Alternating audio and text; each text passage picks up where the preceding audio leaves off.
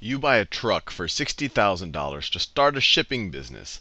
The truck has a useful life of 3 years. You then have to buy another truck.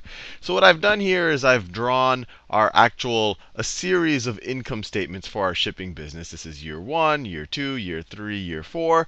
This is the revenue that we make in each of those years. So it's kind of a business that right from the get-go, we start making $100,000 a year. This is all in thousands. Let me write it that way.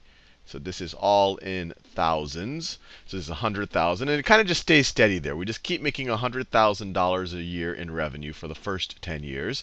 And then we have to pay a driver. Let's say that the cost of the labor is $50,000 a year. So once again, this is in thousands. And what I want to address in this video, so this would be a cost. So when you just subtract out the labor cost, you have 50,000 left. And then your other cost is going to be the truck itself. And what I want to think about in this video is how should we account for the cost of the truck? So you might just say, hey, look, to start off, I spent $60,000. So in year 1, where I actually go out to the truck store and buy the truck, why don't I just call it an expense of $60,000? So one reality is you could just say, hey, look, in year 1, my truck cost $60,000. Then in year 2, I don't have to spend any money on a truck because I have one. Year 3, I don't have to do it. But then in year 4, my first truck is now has to be scrapped because I used it so much. So year 4, I have to buy another truck for $60,000.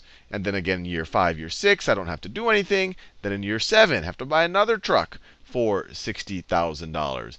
8, 9, don't have to do anything. And then in year 10, I have to buy another truck for $60,000. So if you counted for the purchase of your truck every 3 years this way, your profit would look like this. In year 1, 100 minus, so this is revenue, and these two lines are expenses. So 100 minus 50 minus 60, this is negative 10,000 of profit in that first year. Second year, you make 50,000. Third year, you make 50,000, just 100 minus 50.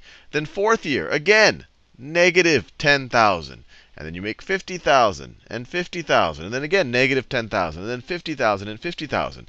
So to someone who looked at this series of income statements, they'd say, my God, this is some type of bizarre business. In the first year, every 3 years, you lose a ton of money. I don't know why. Maybe it's being mismanaged. Maybe something strange is happening. Maybe it's because of bad weather. Who knows? And then you make a ton of money. Then you lose some money. Then you make a ton of money. So it seems like some type of very bizarre business when you look at it from the when you look at it from the profit line, just when you just expense the truck every 3 years. An operating profit is the profit from the operations. Before you think about how you're paying for the operations, how you're financing them, or taxes, or any of that type of business.